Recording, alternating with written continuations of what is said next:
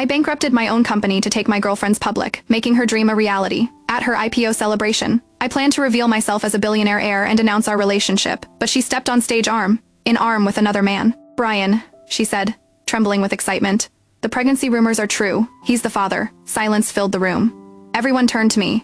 I stood, forced a smile, and started clapping. The crowd erupted. Watching Sophia glow in Brian's arms, I realized, if this was her happiness, I wouldn't stand in her way. I walked out and called my father. Kill Sophia's funding. Let her figure out the IPO alone. My father, sharp as ever, knew instantly that something was broken between Sophia and me. He sighed, a heavy sound over the phone. "Bill, are you sure about this? If we pull this funding, Rosewood Tech won't just fail to go public. They'll go under completely. That hole from their tax evasion is too deep to fill." He paused. "I won't ask why you are making this decision. It has been 7 years, son. I don't want you to have any regrets." 7 years. After I got with Sophia, I cared more about her career than she did. When I first got involved, her company was a black hole, and to keep it from collapsing, I cannibalized my own successful business. She'd cried, telling me how much it hurt to see me work myself into a bleeding ulcer for her, swearing she would never let me down. She promised that once the company went public, we would finally make our relationship official. So I worked even harder, all for the day I could stand by her side without hiding. But promises? They're just hot air from the person making them, and only a fool believes them. "Dad," I said firmly, "just trust me on this." He didn't press further. The moment I hung up, Sophia stormed out after me. "Bill, you are the host. You can't just walk out. That is so unprofessional." A cold, humorless laugh escaped my lips. "My duties didn't include emceeing the public announcement of your affair." Her face went rigid. "You are the host.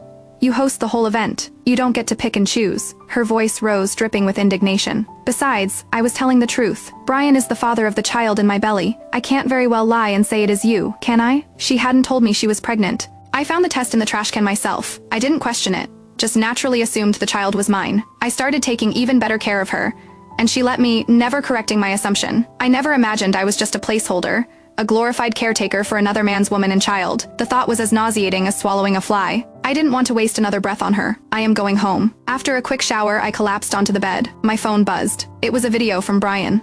I opened it, and the sounds of Sophia's moans filled the quiet room, each one louder than the last. She moved with him, trying different positions, her face a mask of pure ecstasy. "Oh, Brian," her voice cooed from the speaker. Only with you does it feel like our souls are truly merging." So, they really were a perfect match. That video showed me a side of Sophia I'd never known. With me, she'd just lie there like a starfish, a mechanical, lifeless participant. I had always thought she just had a low libido. Turns out, that wasn't it at all. She just didn't love me. My eyelids felt like lead weights.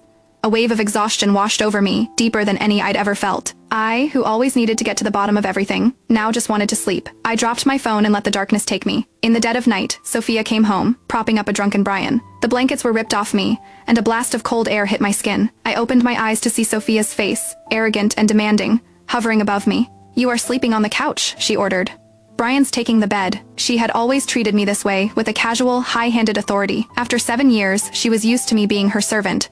I didn't move. "Doesn't he have his own home? Can't you see he is drunk? I have to take care of him." Her tone was matter of fact, as if Brian were her rightful partner. How considerate. I remembered the time I drank myself sick to land a deal for her company. I called her to pick me up, but she said it was too cold to go out. I had to drag myself home, collapsing the moment I walked through the door. I spent the night on the freezing floor and woke up with a raging fever. I had to call the ambulance myself.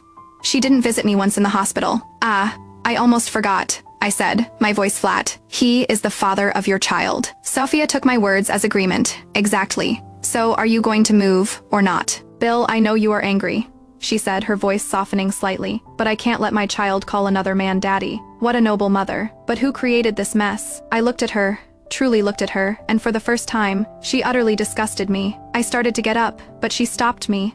Her expression was a mix of conflict and resolution. Finally, she let out a breath. "The person I love is Brian. The baby and I. We can't be without him." She paused, as if offering me a grand concession.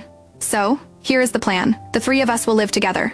You'll keep managing the company, and you'll get your share. I won't cheat you." A laugh bubbled up inside me. The sheer audacity of it.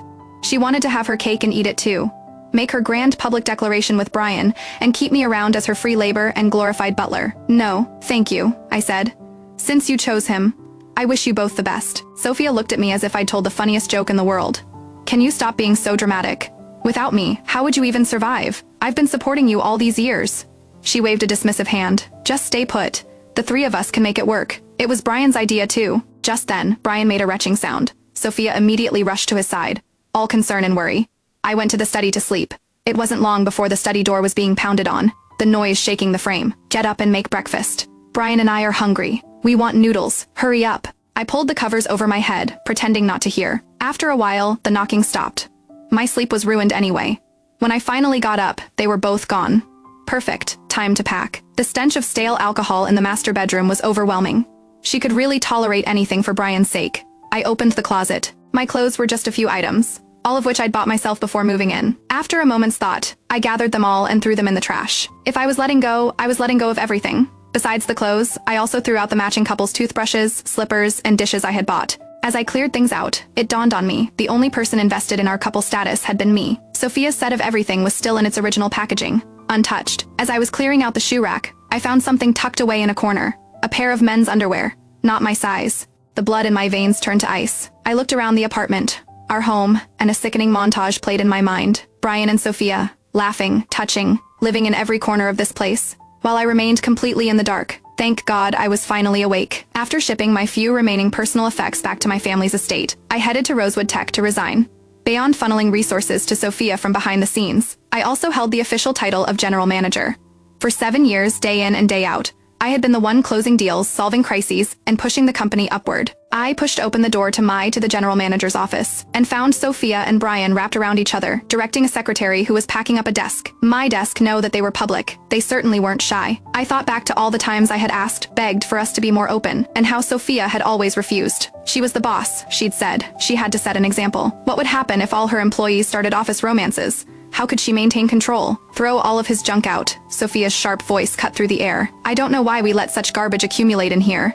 It is cheapening the place. They turned as I entered. Sophia's face was a mask of cold indifference, while Brian shot me a look of pure, triumphant provocation. Bill, Sophia announced, her tone brittle. In light of your immature behavior at the celebration party yesterday, you are being demoted. Brian will be the new general manager. You can be his deputy. She gestured towards Brian. That funding deal from New York, you'll assist him in finalizing it from now on. The New York deal. The one I'd spent a month winning and dining the client's representative for. Drinking until I gave myself a bleeding ulcer just to get a foot in the door. The deal that was only truly secured because of my father's influence. Now that they thought it was a sure thing, they were trying to kick me to the curb and steal the credit. How utterly predictable. I didn't bother arguing. I simply pulled the resignation letter from my jacket and placed it on the desk in front of her. Miss Rosewood, this is my resignation. Please approve it. The sudden move caught them completely off guard. Sophia and Brian exchanged a shocked glance. She frowned, her eyes searching my face for some hidden motive. Brian, however, was practically vibrating with excitement.